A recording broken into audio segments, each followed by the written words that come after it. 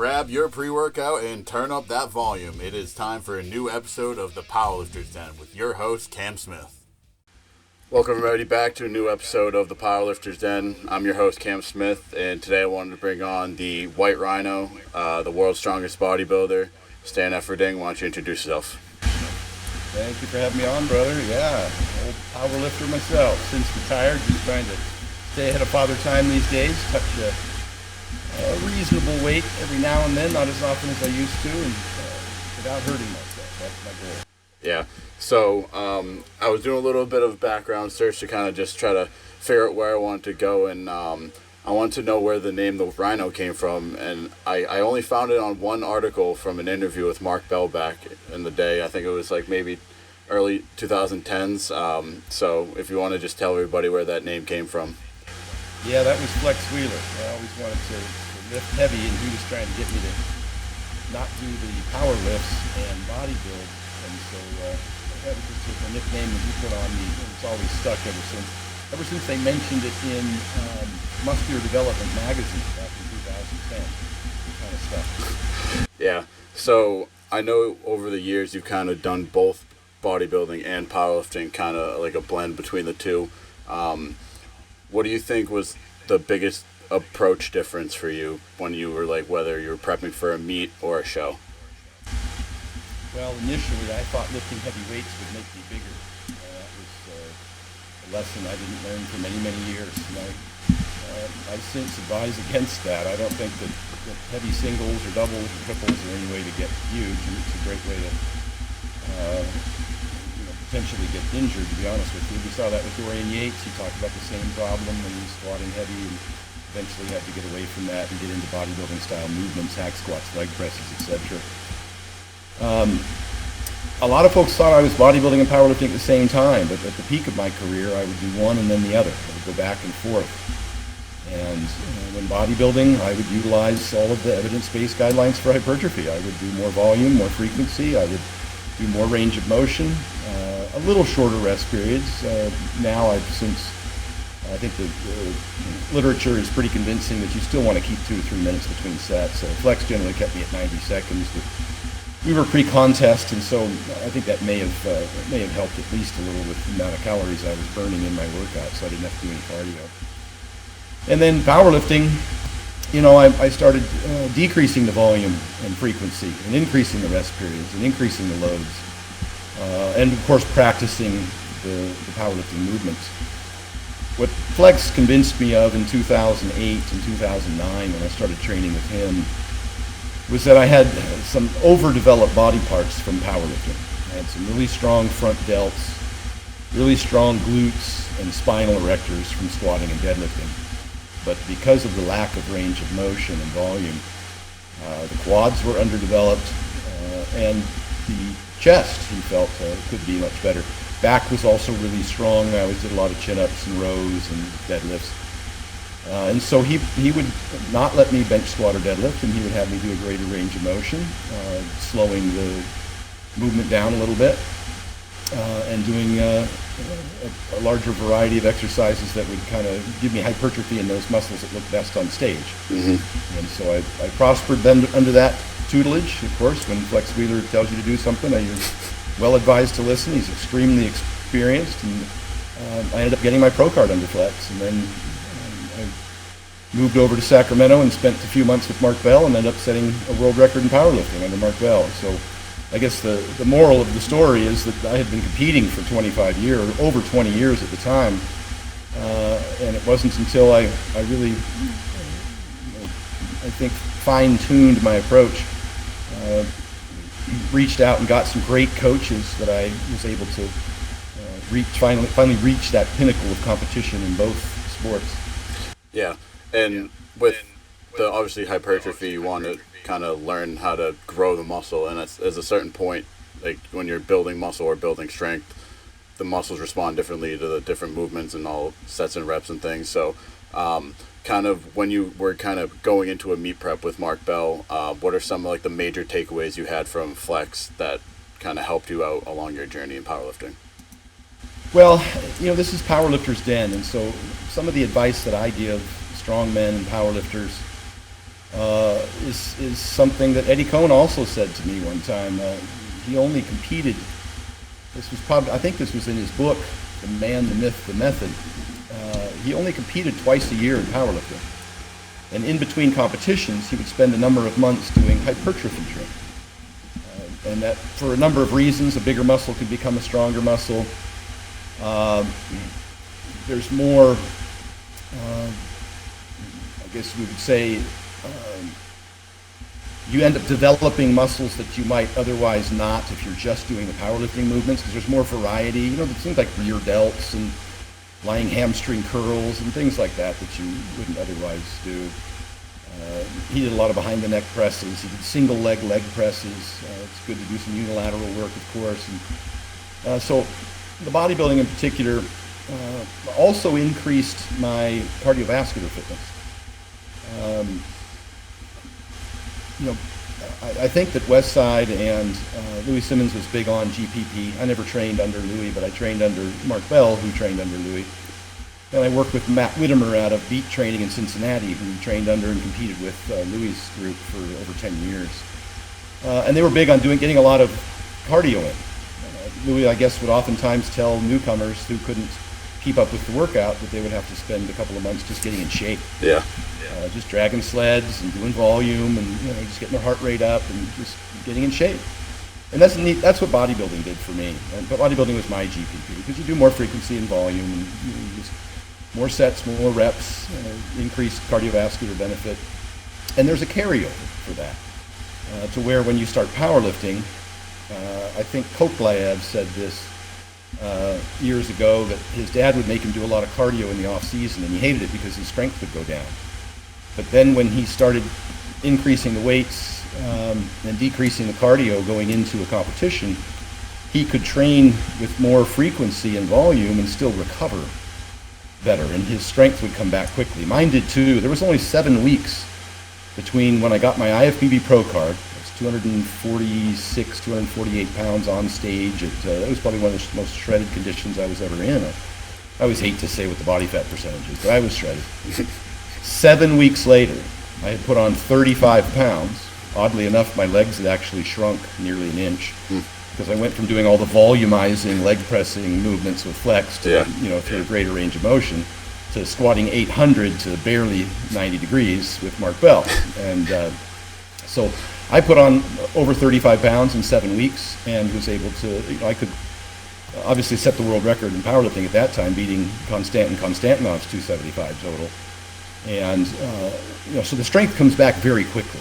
It really does. So I don't want people to get discouraged, powerlifters in particular, that if they spend a few months doing hypertrophy training, 2 months, 10 weeks, to get the conditioning, get the, all the variety of movements, potentially add some muscle, that it could be a good thing. I think it's, when I started working with Hafthor Bjornsson, he was 440 pounds. I brought him down to about 395, mainly because the blood work showed that we had a little bit of fatty liver, we had a little bit of insulin resistance, all the things you'd expect, probably a blood pressure higher than what we would like, all the things you would typically expect from someone at that weight.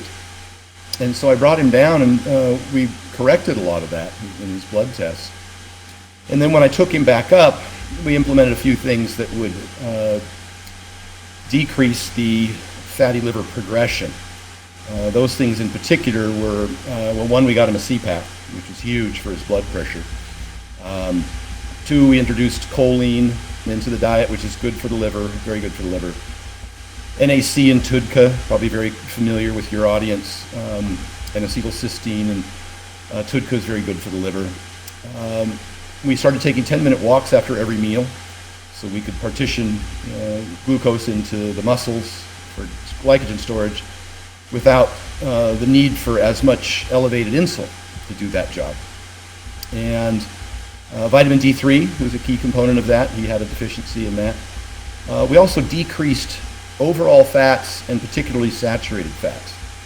When you have what we call an isoenergetic, an equal calorie amount of saturated fat versus unsaturated fat, you see a progression in fatty liver much faster. And so we would introduce salmon, we would use just a lower fat overall, Had to cut down on things like bacon and butter and use things like leaner meats. Top sirloin or bison was one of the, or a 96.4 ground beef from Trader Joe's is always a good choice. Just basically decreasing saturated fats overall, and increasing a little more fiber intake, and mostly from fruits, to be honest. That it tends to be easier to digest, particularly with those large quantities of food that they have to eat. And so ultimately he was able to get back up to 440 and had a much better blood pressure and didn't have nearly the compromised biomarkers, the blood test that we were looking at. So that's kind of my speech on bodybuilding versus powerlifting, and how you should manage, how you should periodize your weight at least once or twice a year. Come down to a reasonable body fat percentage and look at your biomarkers and make sure you're healthy. I think it's a reason why I was able to compete until I set a world record when I was 44. And I'm still here at almost 56. I'm still in great condition. I don't have any health issues, or my joints are recovered, obviously, because I'm not lifting as heavy, but I still lift a reasonable amount of weight for my age. Obviously, I'm not lifting what I used to lift, but I'm a little more careful with my joints these days. Yeah, and for me, kind of going back to what you're saying about Eddie Cohen's approach with doing 1 to 2 meets a year and kind of increasing the volume in the off season, that's kind of what I'm leaning towards more now. I'm doing a lot more volume with my work, trying to get my work capacity up, kind of with the lines of like GPP. And the goal is to not only put on the muscle mass and do more hypertrophy-based movements in the off season, but kind of have my conditioning up, so when it's time for a meet or to prep under those heavy loads, I'm really more comfortable under them. Yeah, that's great. Yeah, and I like, as Louis always talked about, I like things like sled drags, concentric movements. I don't like to do a ton of steady state cardio. I feel like it thins me out, and so I'd rather do something under a little bit of tension. I do a couple of HIIT sessions a week on a bike, on one of those assault bikes. So I really get my heart rate up high. Bodybuilding leg training will do that to you anyhow. Yeah. I had legs yesterday and I was dying. Yeah.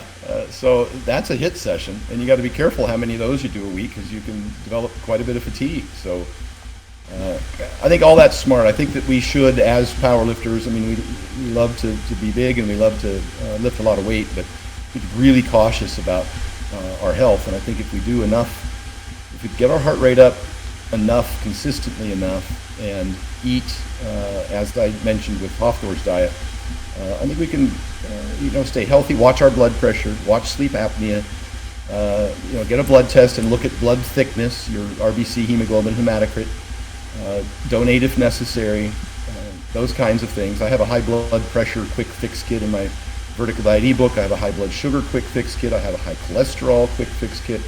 And I take a deep dive into all those things, and I put things in a kind of a hierarchy of most important to least important, but I also express that it's all multifactorial. There's no one quick fix for any of those things. And if at any point it becomes necessary to get medical assistance and to take a blood pressure medication for a short period of time, or maybe use tadalafil to help with blood pressure or endothelial function, or BPH, benign prostatic hyperplasia. If there comes a time when any of those tools are necessary to achieve your goal without compromising your health, then by all means, I think people should use every avenue available. Yeah, and I do remember a few years back, I was watching the seminar you gave at Thor's gym about the vertical diet, and that's kind of when I learned the pillars of the vertical diet, and I feel like now you can kind of see the translation of it into the world of bodybuilding and powerlifting. Everyone's eating bison and rice, sleep is being prioritized way more. I guess one of my questions would be is, obviously with CPAPs, they're usually for larger people. What kind of goes into deciding whether it's something that would benefit someone? There is a questionnaire you can just download off of the internet called the STOP, S-T-O-P, like a stop sign, Stop Bang, B-A-N-G, Stop Bang questionnaire. And you can take kind of a self-assessment generally speaking, if you snore and wake up tired, you probably have some degree of sleep apnea. It has to do with neck girth. So if you're a large athlete, or even like Jordan Fagenbaum from Barbell Medicine is only 198 pounds, he wears a CPAP. He has a thick neck. And so that can influence, the airway. If you hold your breath at night, obviously, if you don't have a significant other to monitor that for you, there is a, what's that called? You put that on your finger that it measures your oxygen, a pulse oximeter. You can actually get one of those off of Amazon that hooks up to your iPhone. And it'll do a reading every so often. In the morning, it'll show you whether or not your oxygen levels have dipped down. I would say anything below the 90s would certainly be something to warrant an intervention. If you're snoring, holding your breath, if your oxygen levels are dipping at night, you may want to look into getting a CPAP for apnea. A lot of powerlifters I've discovered over the years and bodybuilders, they can't afford or don't have a doctor or insurance to get a sleep study. Those can be quite expensive, $1,500+. I think it's compelling enough, particularly if you have elevated blood pressure or if you're waking up tired all the time, which absolutely affects your performance and your recovery and your insulin sensitivity and all those things. I think it's compelling enough to where I would suggest that they get a CPAP, a second-hand CPAP, whether it's from Craigslist. I've created a relationship with someone who refurbishes CPAPs, used CPAPs, cleans them, changes out the insulation, and then provides them to my clients. And so I send that information out to my clients and so they can get a CPAP relatively affordably on Craigslist, about $400. Nowadays, the CPAPs are very comfortable. They used to be CPAPs, continuous positive airway. Now they're BiPAPs, where when you exhale, they relieve the amount of pressure that's coming into your face. A lot more comfortable. And then they have they have an auto setting on the newer models that'll interpret your breathing during the night, and it'll give you the air that you need, and not more than you need. And so they will adjust its pounds of pressure, or however they determine that. So those are the things that I would suggest that you think about. Getting a CPAP for apnea is going to be a huge. I don't say this about a lot of things. I've been in the business a long time. I'm kind of a curmudgeonly old guy when it comes to fancy new things. But with respect to CPAP, and I first started using one back in 1993 when my body weight started getting north of 240 pounds. Remembering I was a 140-pound freshman in college, so I was a skinny kid. So it took me many, many years. That was in '85. So it took me 8 years to get up north of 240. And then I started having problems, and then I got a CPAP. It's life-changing. And that's a word I don't use very often. I'm telling you, within a day or two, I went from falling asleep in the car driving to work in the morning, because you're just exhausted, all the time, to having just an enormous amount of energy. And then you want to mow your lawn, clean your gutters, wash your car. It's extraordinary. I know I'm trying to sell it here, but I can't emphasize enough how big of an impact that has, and that's why I focus on it primarily with all of my clients. Yeah, and for me, with having my master's in biomedical engineering, like a lot of my study this year was on med devices, and when we kind of went into CPAPs, I was like, this could be something interesting, because I know a lot of powerlifters and bodybuilders use it, and my grandmother actually just got one this past year, and it's the one that has the adjusting airflow. So I kind of like nerded out on it and like looked at all basically read the manual for her, and it's really interesting to see how just small adjustments like that can drastically improve sleep. Yeah, for somebody with severe apnea, you can reduce your blood pressure by up to 20 points by implementing a CPAP. Same with the RBC hemoglobin hematocrit elevation. A lot of that could be due to sleep apnea. So before you start donating blood every single month, a lot of guys do that. They get a general practitioner that's just chasing normal ranges. And then next thing you know, people start over-donating, and they end up with anemia. They end up with low ferritin and low iron, and they're exhausted, and they can't figure out why. And that's just because they're dumping blood too often, and they don't really have polycythemia. They have what's called erythrocytosis, which is not dangerous. It would be similar to someone living at elevation. And those folks probably shouldn't donate. And you should always get at least a ferritin, probably a full iron panel, because ferritin can be a kind of a transient inflammation marker that might not actually be looking at your stored iron if you have some other, like an elevated CRP or a bacteria or a virus, or injecting, gear that isn't filtered correctly. All those things can cause inflammation, and that might give you a false reading for ferritin. Yeah, so I guess kind of going into like the blood levels and things like that, as like a younger athlete, like I'm 23, so I'm still relatively, obviously I'm young in the game, and I'm still a natural athlete, so I guess kind of what would you recommend in terms of monitoring blood levels for someone that's kind of not having it routinely done or things like that? I think it's great for everyone to get a baseline. Just go in and get one test. Okay, I don't think it's something you have to do all that often. I did them on almost a monthly basis. I was curious. I was a guinea pig, and I was gaining and losing weight and competing so often that I kind of wanted to see what was happening. And if I implemented some protocol to change the numbers, I wanted to see if they were changing. So if I knew I was utilizing the right path or protocol, I think everybody should get a baseline. It's a mistake that I made. When I was 20 years old, I went in and got a blood test, and I was hypogonadal. I had low T, severely low T. I had varicocele, which is a vein that doesn't drain from the testicles, and so it'll increase the heat and decrease blood circulation, and so you can compromise your testosterone levels that way. So, and that was after, I think it was nearly 3 years of training. I went from 145 to 156 pounds. I just wasn't I wasn't getting bigger.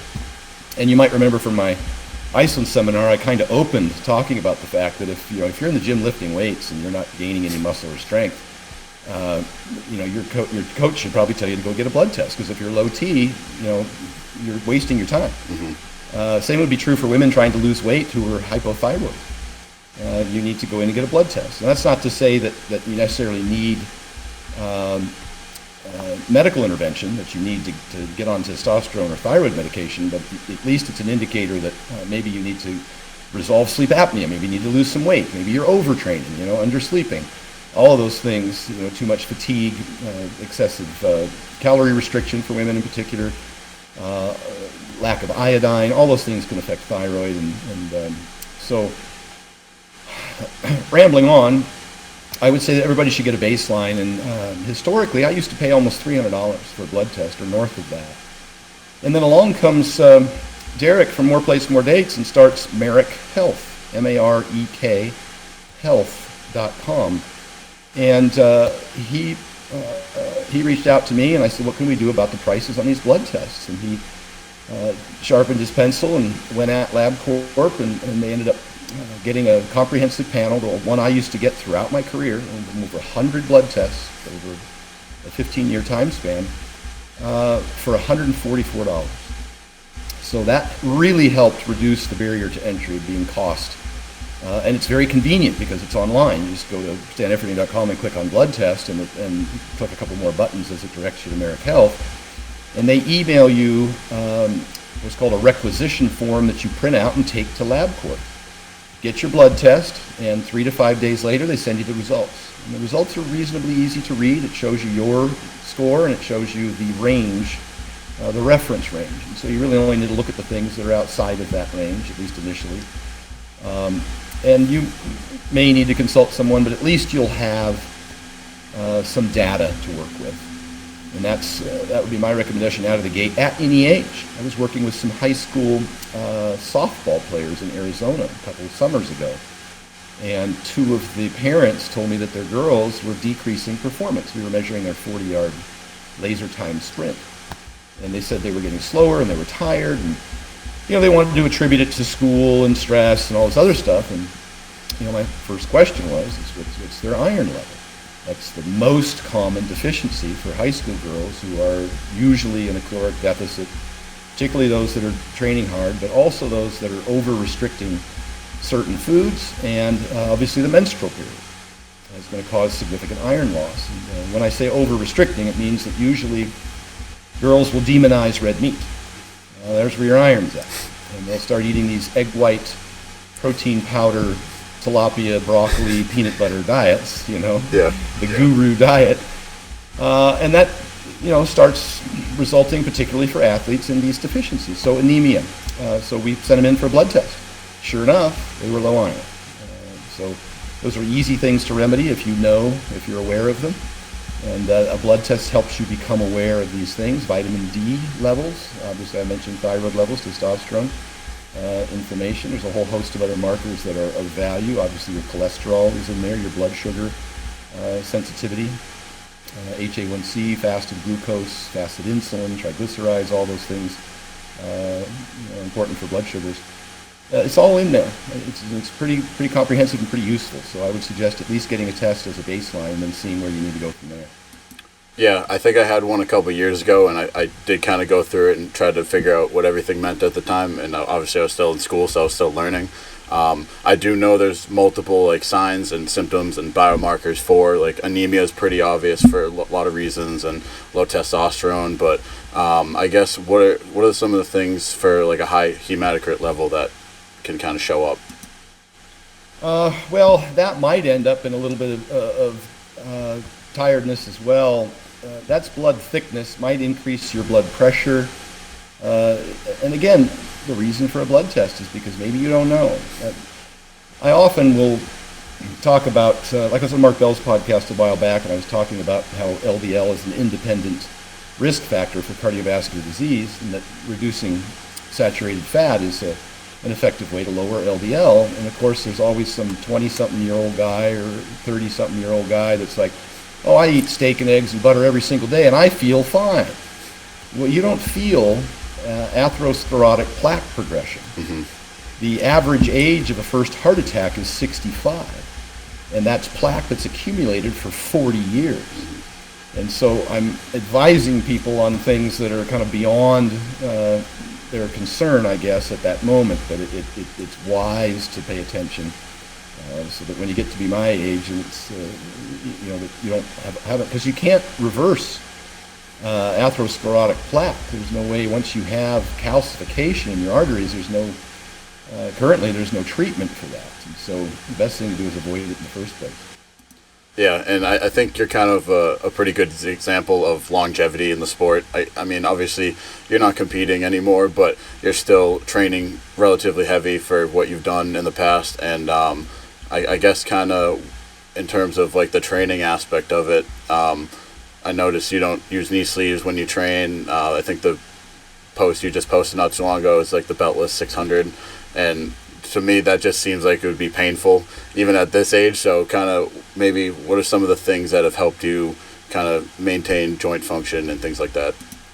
Well, I had terrible joints throughout my powerlifting career. For almost 10 years, I had chronic tendonitis in my knees and my hips, to the point where I had two different surgeons do MRIs and told me I needed hip replacement surgery. So most of that was overtraining and a lack of, I think, preventative medicine. I say an ounce of prevention is worth a pound of cure. I did a video called Keys to Pain-Free Knees on my YouTube, and it really follows a lot of the pain science originating out of Dr. Larimer Mosley's Explain Pain in Australia, which has been popularized by Austin Baraki and Jordan Fagenbaum from Barbell Medicine. They do a fantastic job about talking about pain and how to prevent it, how to rehabilitate from an injury or pain. And really, the fundamentals are that at some point, if you have an injury or have pain, you need to eliminate the source. And that doesn't mean you have to stop deadlifting if you hurt your back deadlifting. It just means you need to reduce the weight and range of motion, or utilize a different exercise that's through the same movement pattern that provides less load, that can allow you to put tons and tons of blood in that area that's causing pain.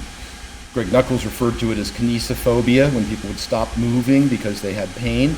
It's exactly the opposite of what you want to do. You want to keep moving, because when you stop moving, of course, then the muscles atrophy and your range of motion starts to decline, and that's just going to lead to more pain. And Greg also said that chiropractics and physical therapy are maybe better than nothing, but they pale in comparison to any kind of movement. And that's what we see in the research.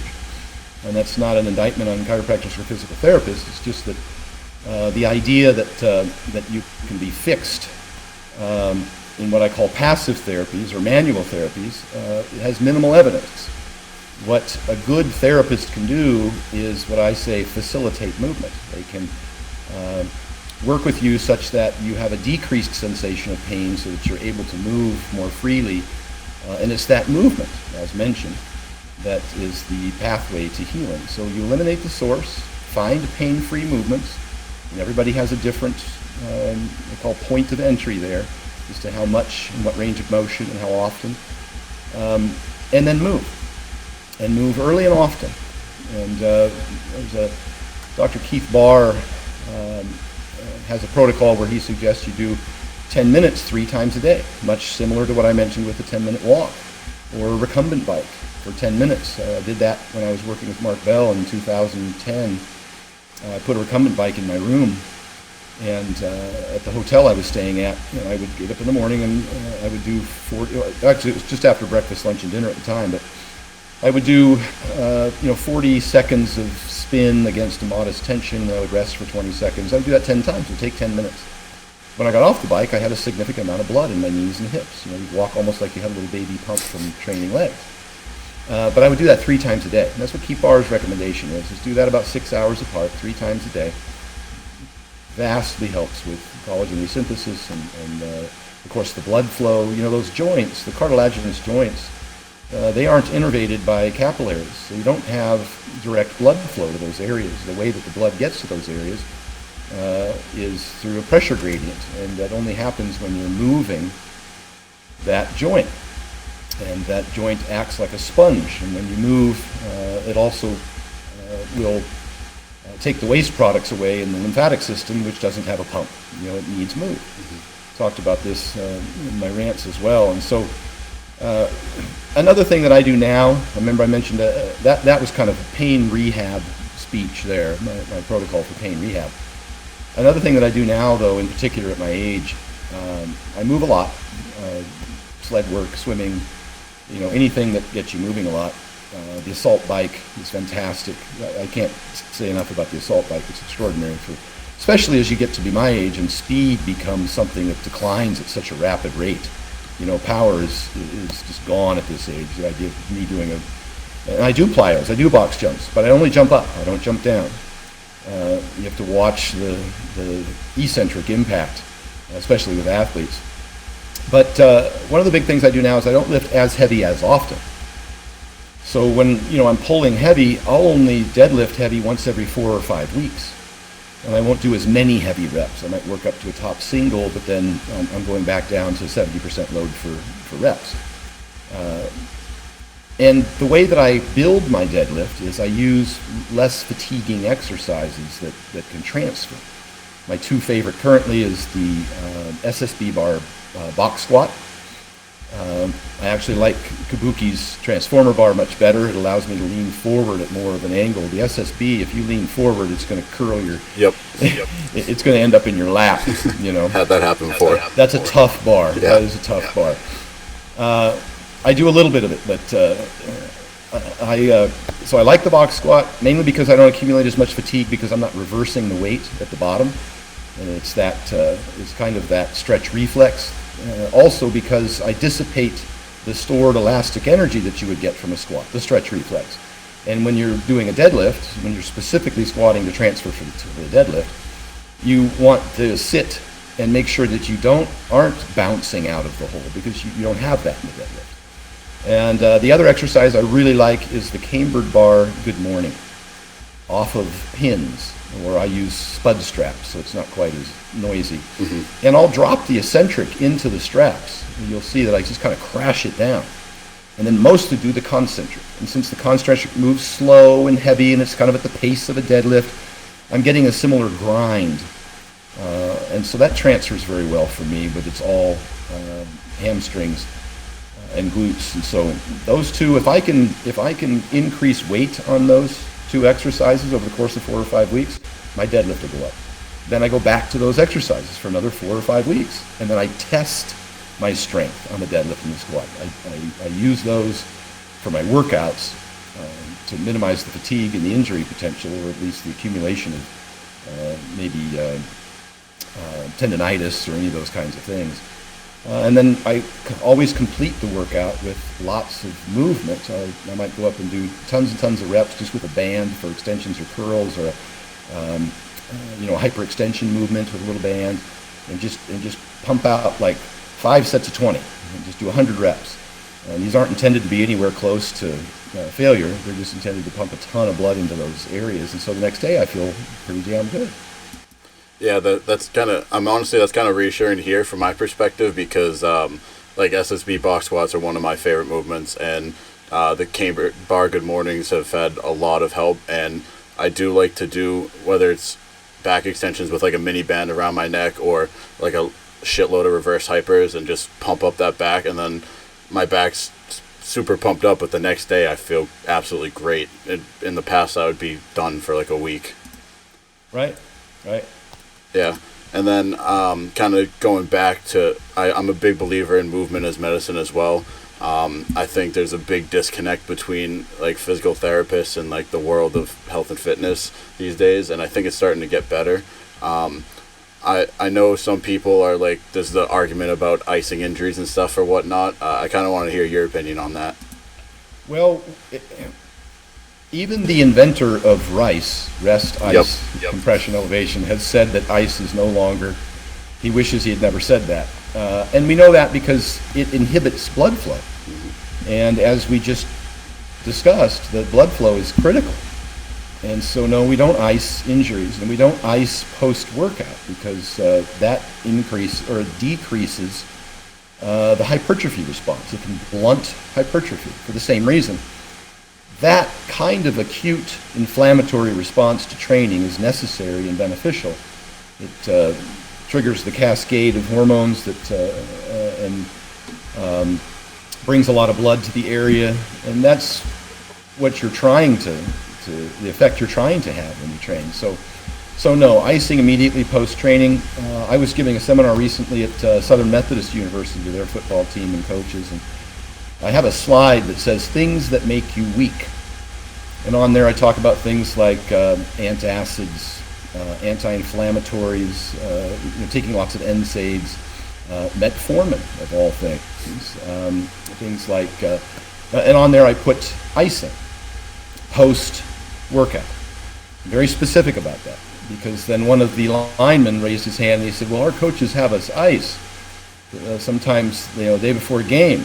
And I said, well, that's a different scenario. That's psychologically, if you feel pain, it might inhibit your performance ability.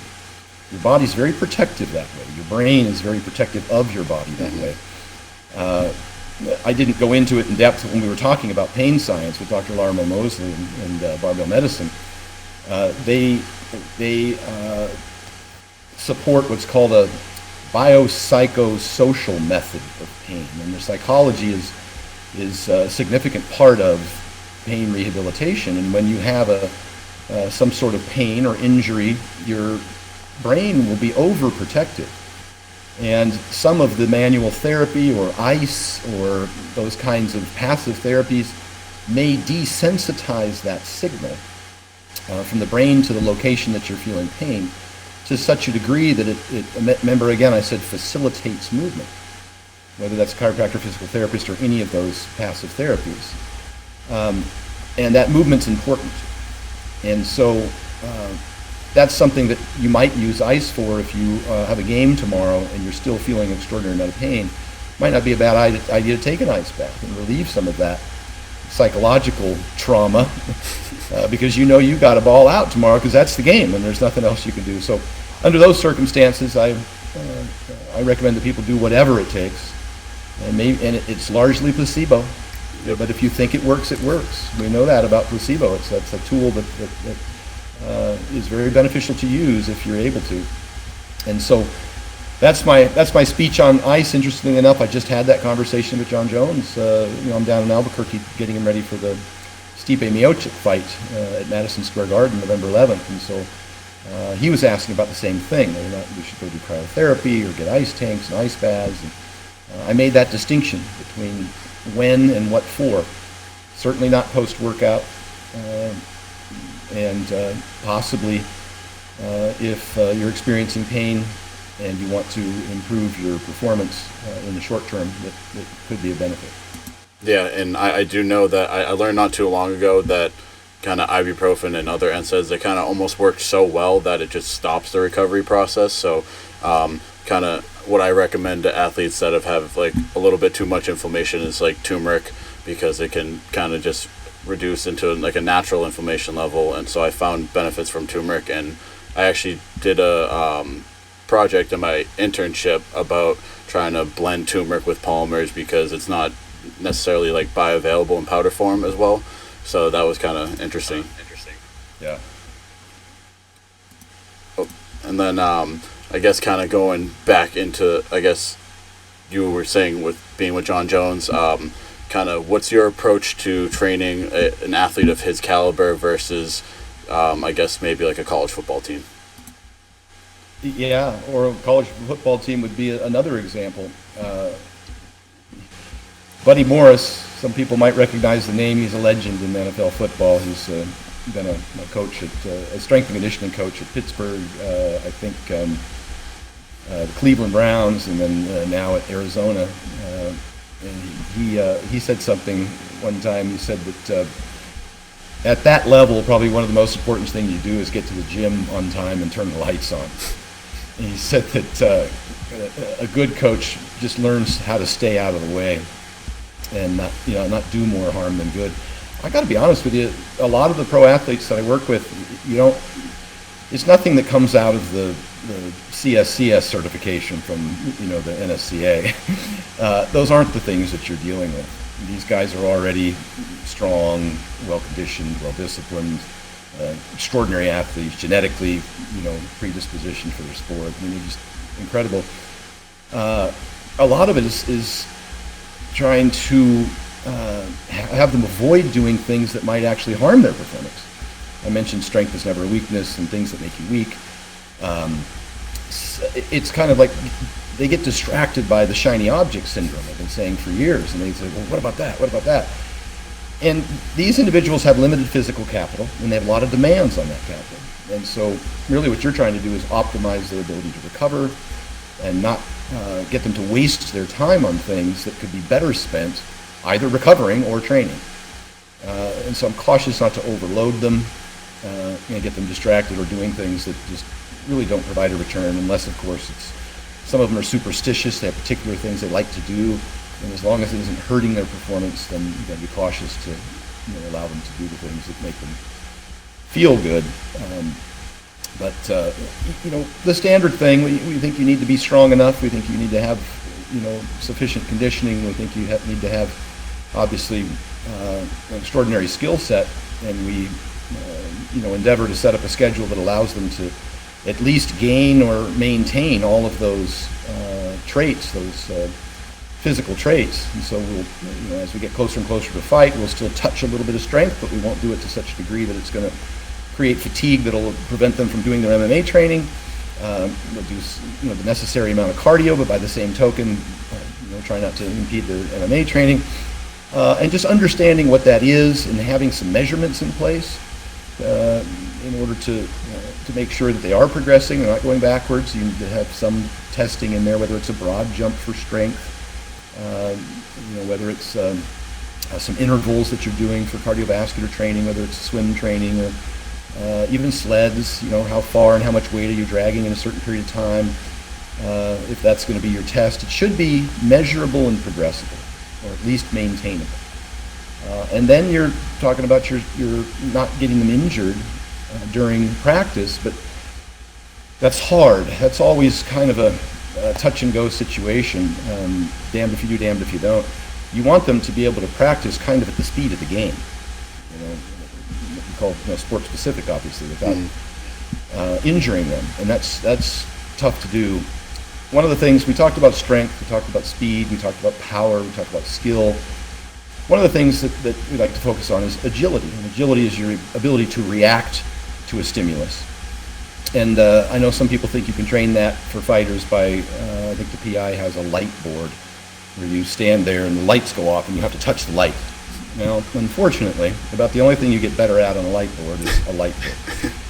The same thing would be true of doing ladder drills for sprinters, but the only thing you get better at is doing ladder drills. It really needs to be, at that point, very sport-specific, which is just playing your sport. And so what we do is try and bring in higher and higher levels of fighters. You know, I did a video once called The Real Reason Why Westside Barbell Athletes Are So Strong. And I discussed the fact that you get a whole bunch of savages into a room together, competing against each other, day in and day out, year in and year out. They take things to another level.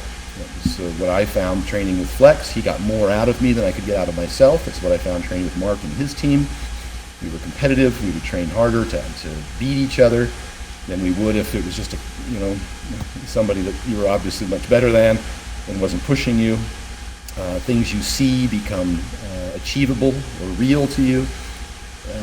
Although I trained with Eric Spoto for years, and that never became real to me or achievable. Eric Spoto, for those who don't know, was the original, one of the original guys who pressed over 700 pounds, 722 world record at one time. Mm-hmm. It was Eric Spoto. He was a freak of a bencher. At one point when we were training together in my garage, I realized I couldn't even be the strongest guy in my garage. It's very humbling, you know. You work up to a 600-pound max, and he puts another plate on and does 3 reps. You know, close grip. Yeah. Yeah. So, anyhow, that to me, and so we start bringing in better fighters for John. We start flying in guys that are top-level UFC or Bellator fighters. That maybe a guy with a wrestling skill that's comparable or better than John's, or a guy that's a professional boxer. And so John can see the speed of the game and determine whether or not his skill set is ready for the ring.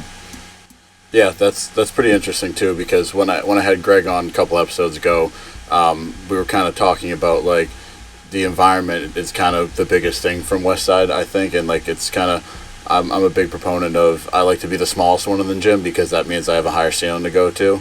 So I kind of like that approach, and I think that if you can use that approach, and you can use that approach in pretty much any sport, if you're the weakest guy in the room or maybe the dumbest guy in the room, you're in the right room. You know, for years I've been training with 2 different women as part of my training crew. One of them was Brittany Pryor, who I think she squatted 560 and deadlifted 565 in competition, raw, natural. She was a 9-time All-American in shot put and discus. Was an extraordinarily powerful athlete. And the other one, Jamie Wynn, is head strength and conditioning coach at UNLV. She was also formerly at SMU as a strength and conditioning coach. The point is that she is focused on creating that environment for the athletes, and even talks to them about, you know, you can come in dragging your ass, or you can come in ready to, you know, be a leader and help the team perform, right down to the music. She has all of it, you know, measured and implemented in order to try and get the best performance out of the athletes during that hour that she's got them. The more you invest into that, obviously the more you're going to get out of it. And so she tries to create the right environment.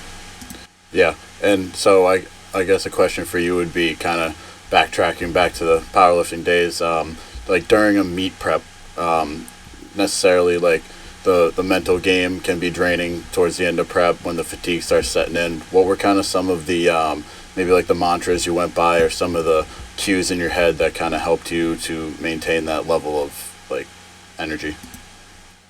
Yeah, well, the neat thing about powerlifting is that you can eat all you want.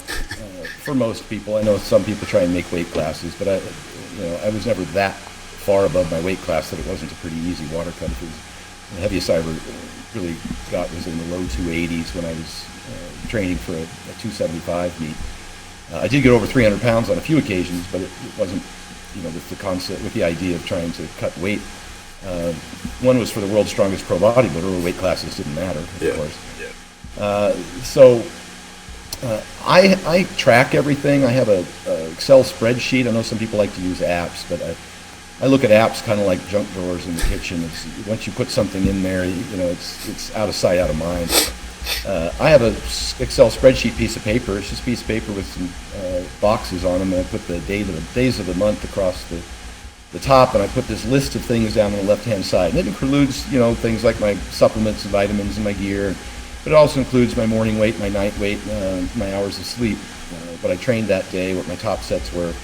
And that chart, gets filled up with a bunch of numbers and X's and check marks, and at least I know if I'm meeting all those requirements, all the things that I want to do to get ready for the competition. And it's so regimented and consistent, the time I train, what I train. I even would get the same bars that I would be using in competition. If I was going to go to a competition, I would make sure I found out ahead of time exactly which bar. Is it an Oki bar or is it a Texas deadlift bar? And then I would make sure I had that bar. Is it a 55-pound squat bar? Because those are thicker than the 45-pound bars, and so you want to be training with that. And so the monolift, same thing. If I'm going to lift out a monolift, I want to know. So I just made sure that I tried to replicate meet day. I would time all of my rest periods so that I would have a chair to sit in, and everything was on a clock. And so I just tried to replicate it as best I could, so I got there with no surprises. I'm obviously extremely disciplined with my diet, so I don't have any distractions in that regard. When I travel, I would take my food with me. Many times I have flown out to World's Strongest Man competitions ahead of time to help Hofthor or Brian Shaw get ready for competition by going to grocery shopping and setting them up with an Airbnb and just making sure they had everything they need for the week.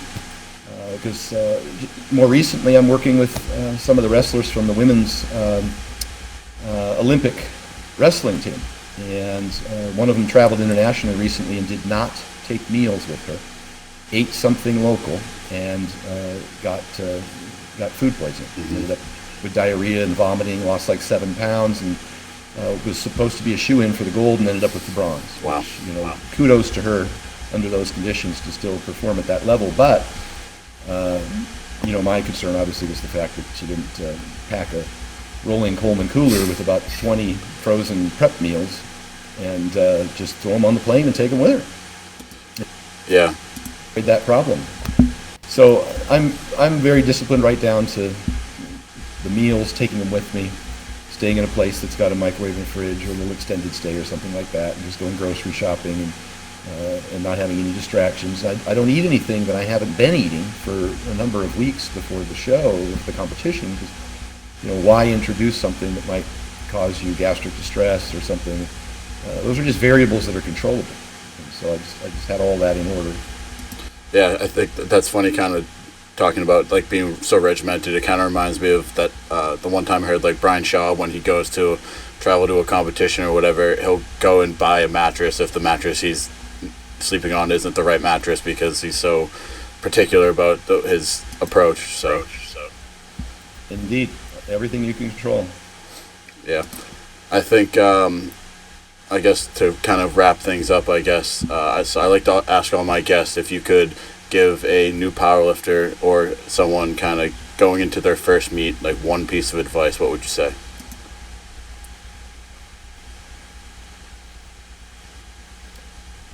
I made this mistake myself. There's so many pieces of advice. We covered most of it. The fact that you're going to want to make sure and have your nutrition, hydration, sleep schedule. Don't take a red-eye flight. All those stupid things. Take all the dumb shit out of the way. But in one meet, I opened up a brand new pair of shoes and put it on for the first time right before I started warming up for my squat. And bad idea. They didn't have a big enough toe box, and I have bunions, and so my feet were screaming sore, and I ended up actually missing my opener. And it was don't do anything new or crazy. I'd say the same thing to a bodybuilder the last week. Don't do anything fucking crazy. They try and get 10% better, and they end up getting 5% worse. Or even 1% better and getting 10% worse. Mm-hmm. Those kinds of things happen. So be consistent. There's other meets. Live to fight another day, and just make sure that you're competing the same way you practice. Yep, that's awesome. Practice how you play. It's a big one. I just wanted to thank you again for coming on, taking the time out. It was an honor to have you on. I hope things go well with John Jones and training camp, and thanks for coming on. Yeah, thank you, brother. Hey, anybody needs more information, StanEfferding.com is my website. And I have a nationwide meal prep company that I ship meals all over the country, Monster Mash, to your door. At Stan Efferding is my Instagram, and on YouTube I mentioned I've got a number of rants, and all of that's pretty educational materials. A lot of free material on there is Stan Efferding. So anything you need, find me on there.